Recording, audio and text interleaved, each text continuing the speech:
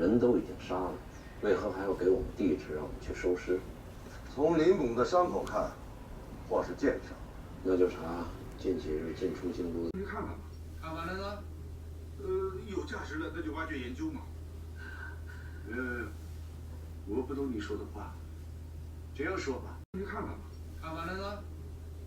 有价值的那就挖掘研究嘛。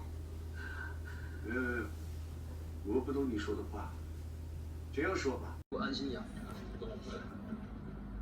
去了北齐，要特别注意这样几个人。